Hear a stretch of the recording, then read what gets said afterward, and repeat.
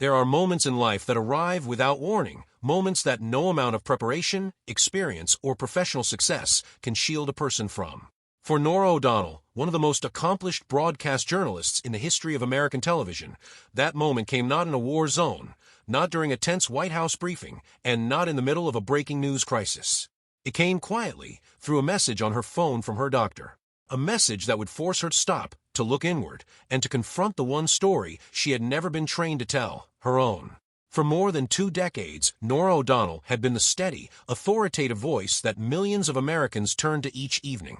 She sat behind the anchor desk at CBS Evening News, delivering the day's most important headlines with the kind of composure that made viewers feel, no matter how chaotic the world seemed, that someone calm and competent was watching over the news cycle. But behind that polished exterior was a woman navigating health fears, professional pressures, personal criticism, and the quiet internal reckoning that comes when someone brushes up against their own mortality. This is the full story of Norah O'Donnell, her extraordinary rise, her frightening diagnosis, the personal battles she fought away from the cameras, and ultimately, why she said goodbye to the anchor desk that had defined her public identity for years. To understand who Norah O'Donnell became, it helps to understand where she came from. She was born in Washington, D.C., into a family that carried the values of public service at its core. Her father was both a physician and a United States Army officer, a combination that instilled in the household a sense of duty, precision, and purpose. Her mother came from a deeply Irish heritage, with family roots stretching back to places like County Donegal, Derry, and Belfast. 3 of Norah's grandparents had themselves been immigrants to the United States, and one of them had lived in the country without legal documentation for over a decade before eventually building a settled life there. That immigrant story, of resilience, of starting over, of earning one's place, ran quietly through the O'Donnell family identity. When Norah was still a young child, her family relocated to San Antonio, Texas, where she would spend a significant portion of her childhood. Life in San Antonio gave her a grounded Middle American upbringing, but it would not be her only formative environment. When she was 10 years old, her father's military posting took the entire family overseas to South Korea. They settled in Seoul, living at Yongsan Garrison for approximately 2 years. It was an experience that expanded Norah's worldview at a critical age, exposing her to an entirely different culture, language, and way of life during the years when most children are still forming their understanding of the world around them. It was during this time in South Korea that something quietly remarkable happened. Still a young elementary school student, Norah participated in a project that would foreshadow her entire future. She was selected to record English language lessons on videotape for an educational broadcasting initiative. She appeared in front of a camera, spoke clearly, and helped teach the language to Korean students through a screen. Nobody watching those tapes could have predicted that the little girl speaking into a camera in Seoul would one day anchor one of the most watched evening news programs in the United States. But in retrospect, it was the beginning of something. After the family returned to the United States, Norah attended Douglas MacArthur High School in San Antonio, where she distinguished herself academically. Her intellectual curiosity and ambition pointed her toward Georgetown University in Washington, D.C., one of the most prestigious institutions in the country, and a school with a long history of producing journalists, diplomats, and public servants. At Georgetown, Norah chose to study philosophy, not the most obvious path for an aspiring journalist, perhaps, but one that reflected a deeper interest in questions of truth, ethics, and the way human beings reason about the world.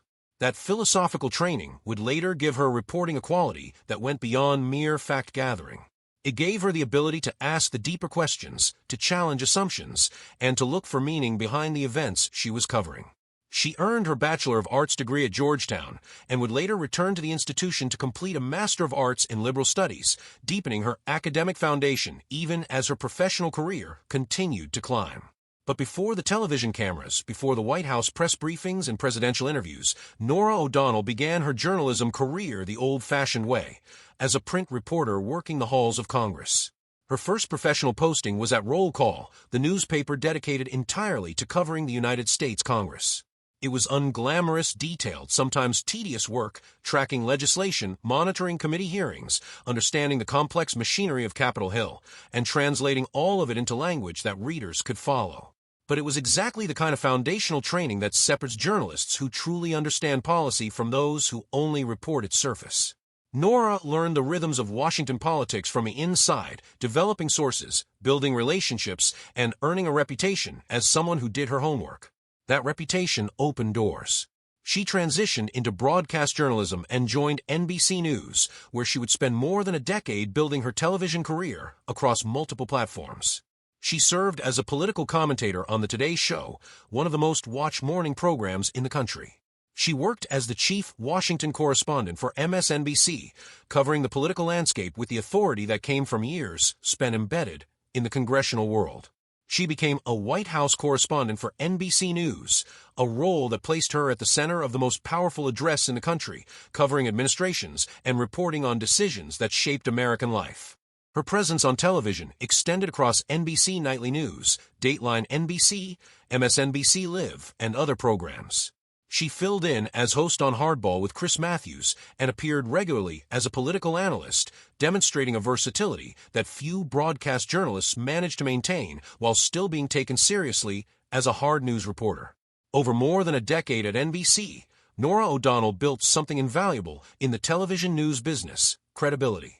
Producers trusted her. Colleagues respected her preparation. Viewers recognized her face and trusted her voice during some of the most consequential moments in modern American political history. Then came the call that would change the trajectory of her career. CBS News came knocking, and Norah O'Donnell made the move that would eventually place her in front of the most important desk in her professional life. When Norah O'Donnell became the anchor and managing editor of CBS Evening News, she was stepping into a role with enormous historical weight. The program had been anchored by some of the most legendary figures in the history of American journalism. The expectations were immense, the scrutiny constant, and the daily demands relentless. Leading a national evening news broadcast is not a job that allows much room for anything else. The schedule is driven entirely by events outside the anchor's control. A foreign crisis can erupt at midnight. A domestic tragedy can break during dinner. A political development can upend the carefully planned rundown moments before airtime. Norah O'Donnell and her team had to be ready for all of it every single day, with cameras rolling at the same time each evening regardless of what else was happening in her life. She traveled extensively for the role, conducting interviews with world leaders, reporting from locations around the globe, and maintaining the kind of institutional authority that a managing editor must project to an entire newsroom of producers, correspondents, and editors. The job required not just on-camera performance, but constant behind-the-scenes leadership, editorial judgment, and the ability to make high-pressure decisions quickly and confidently. From the outside, Norah O'Donnell appeared to handle all of it effortlessly. She had the kind of natural screen presence that television prizes: calm under pressure, articulate without being stiff, authoritative without being cold. Viewers at home saw a woman who seemed to have mastered her craft completely. What they did not see was what it cost her to maintain that appearance night after night, year after year, through crises both professional and deeply personal. Even as her career reached its highest point, Norah O'Donnell received news that no professional achievement could buffer against.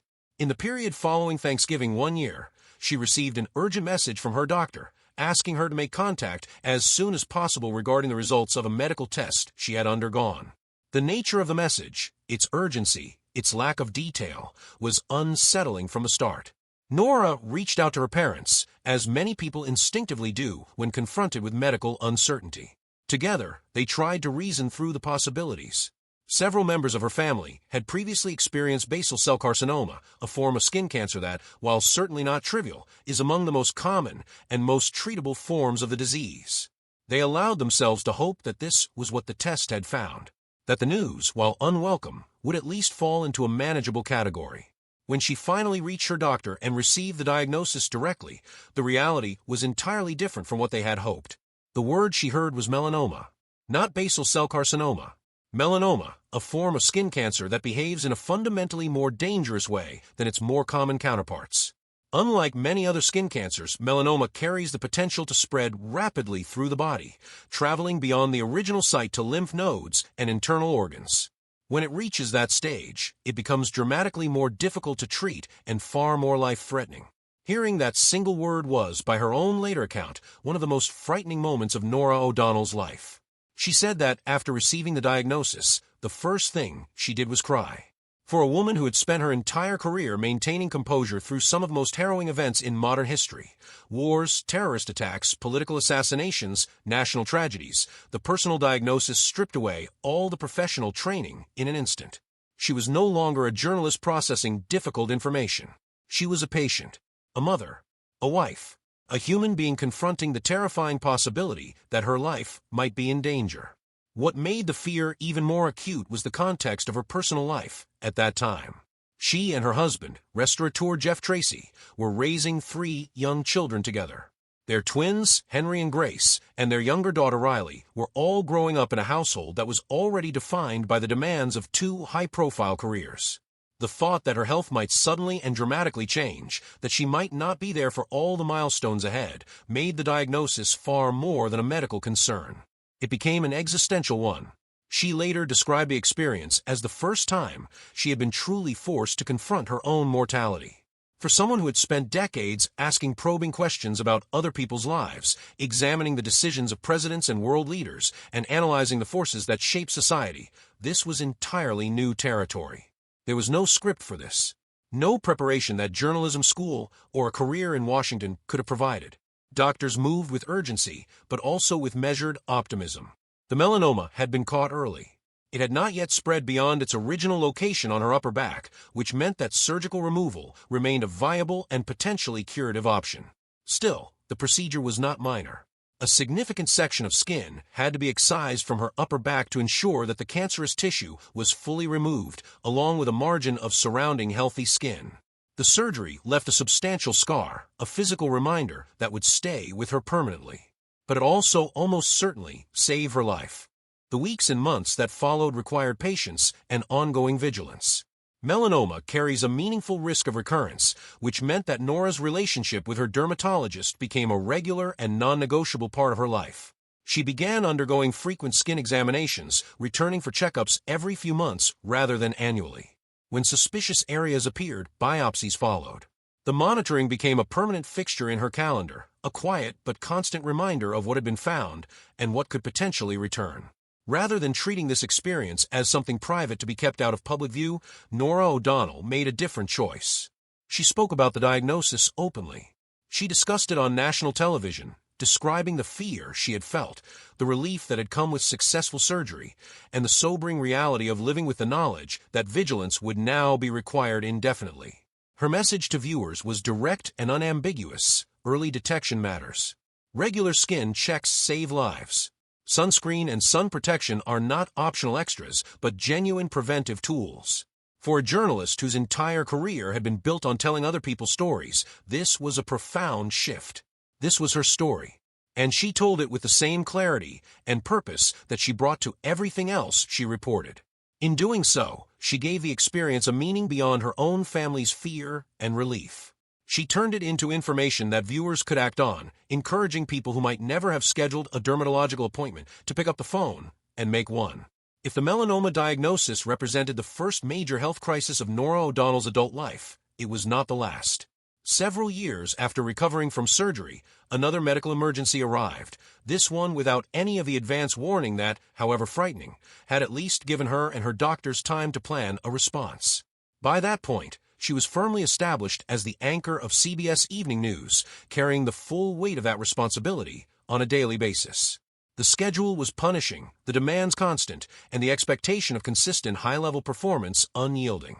It was the kind of professional environment that makes it easy to push through physical discomfort, to rationalize warning signs, and to convince oneself that there simply is not time to slow down and address something that might or might not be serious. That rationalization nearly cost her dearly. Norah began experiencing significant abdominal pain. Rather than immediately seeking medical attention, she continued with her routine, which, in this instance, included playing 2 full hours of tennis. Her husband Jeff Tracy later revealed this detail publicly, the image both remarkable and somewhat alarming. She had been playing competitive tennis while her appendix was inflamed and deteriorating, the pain present but insufficient to override her determination to keep moving forward. Eventually, the pain became too severe to ignore or rationalize away. Medical evaluation quickly revealed that she was suffering from appendicitis and that surgery was necessary without further delay.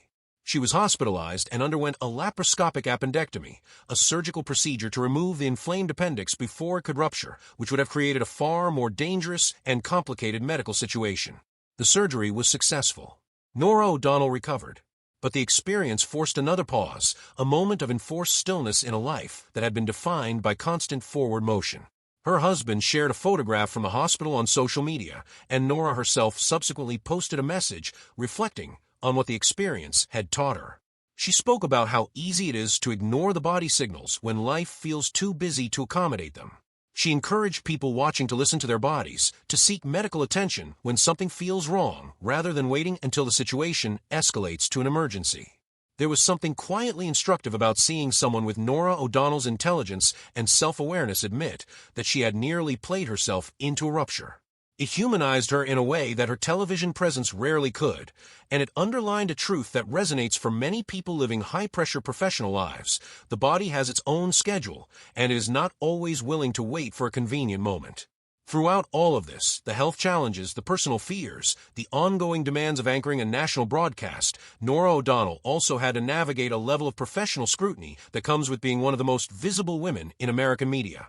Anonymous sources occasionally found their way to tabloid outlets and gossip columns, offering accounts of tension behind the scenes at CBS News. Some stories suggested difficulties in workplace dynamics, others painted pictures of rivalry and competition. Among the most persistent of these narratives was the suggestion that Norah's relationship with fellow CBS journalist Gayle King was marked by professional tension and competition for influence within the network. Both women rejected this characterization with unmistakable clarity. During a joint on-air exchange, Gayle King dismissed the rumors entirely and offered a pointed observation that media coverage often defaults to portraying successful women as rivals, as though two accomplished women cannot coexist in the same professional environment without competing for territory. Norah O'Donnell agreed with that assessment and expressed genuine warmth and gratitude toward King for her support over the years. Their public exchange was gracious, direct, and appeared to settle at least that particular piece of speculation. But the pattern itself was revealing. Once a narrative takes root in certain media environments, it tends to persist regardless of contradicting evidence. Every professional decision Norah made seemed to generate a new cycle of commentary. Every editorial choice she made in her reporting was subject to analysis from commentators with their own platforms and